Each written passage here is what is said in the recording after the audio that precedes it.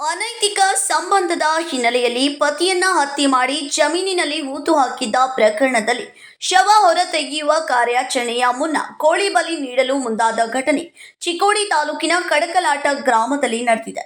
ರಾಘು ಗಾವಡಿ ವಯಸ್ಸು 40 ಅವರನ್ನ ಹತ್ಯೆ ಮಾಡಿ ಅವರದೇ ಜಮೀನಿನಲ್ಲಿ ಶವ ಹೂತು ಹಾಕಲಾಗಿತ್ತು ಎನ್ನಲಾಗಿದೆ.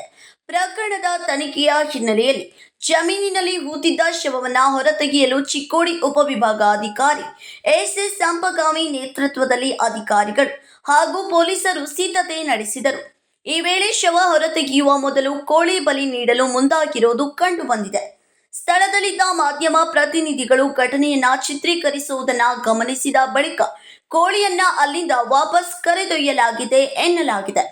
ಶವ ಹೊರತೆಗೆಯುವಂತಹ ತನಿಖಾ ಪ್ರಕ್ರಿಯೆಯಲ್ಲಿ ವೈಜ್ಞಾನಿಕ ಹಾಗೂ ಕಾನೂನುಬದ್ಧ ಕ್ರಮಗಳನ್ನು ಅನುಸರಿಸಬೇಕಾದ ಸಂದರ್ಭದಲ್ಲಿ ಕೋಳಿ ಬಲಿಯಂತಹ ಆಚರಣೆಗೆ ಮುಂದಾಗಿರುವುದು ಇದೀಗ ಸಾರ್ವಜನಿಕರ ವಲಯದಲ್ಲಿ ಚರ್ಚೆಗೆ ಕಾರಣವಾಗಿದೆ.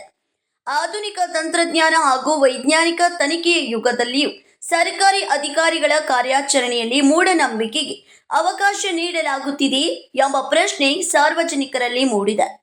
ರಾಜಿರೇಮಠ್, KMM Kannada news, Belagavi.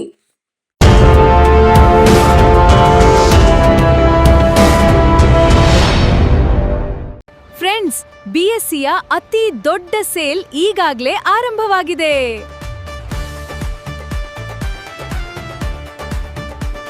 BSc double deals double ಖುಷಿ. ಇಲ್ಲಿ ಸೀರೆಗಳು, ಲೇಡೀಸ್ ವೇರ್, ಮೆನ್ಸ್ ವೇರ್ ಮತ್ತು ಕಿಡ್ಸ್ ವೇರ್ನ ಹೊಸ ಕಲೆಕ್ಷನ್ಗಳ ಮೇಲೆ 10+10% ಆಫ್ ಸಿಗ್ತಿದೆ. ಅಂದ್ರೆ ಡಬಲ್ ಡೀಲ್ಸ್ ಡಬಲ್ ಖುಷಿ. ಹಾಗಾದ್ರೆ ಇನ್ನೇಕೆ ತಡ? ಇಂದೇ ನಿಮ್ಮ ಕುಟುಂಬದವರೊಂದಿಗೆ ಬಿಎಸ್ಸಿಗೆ ಭೇಟಿ ನೀಡಿ ಮತ್ತು ಈ ಅದ್ಭುತ ಡಬಲ್ ಡಿಸ್ಕೌಂಟ್ ಆಫರ್ನ ಪ್ರಯೋಜನವನ್ನ ಪಡೆದಿರಿ. ಬಿಎಸ್ಸಿಯ ಅತಿ ದೊಡ್ಡ sale, BSc double discount, double deal double ಖುಷಿ.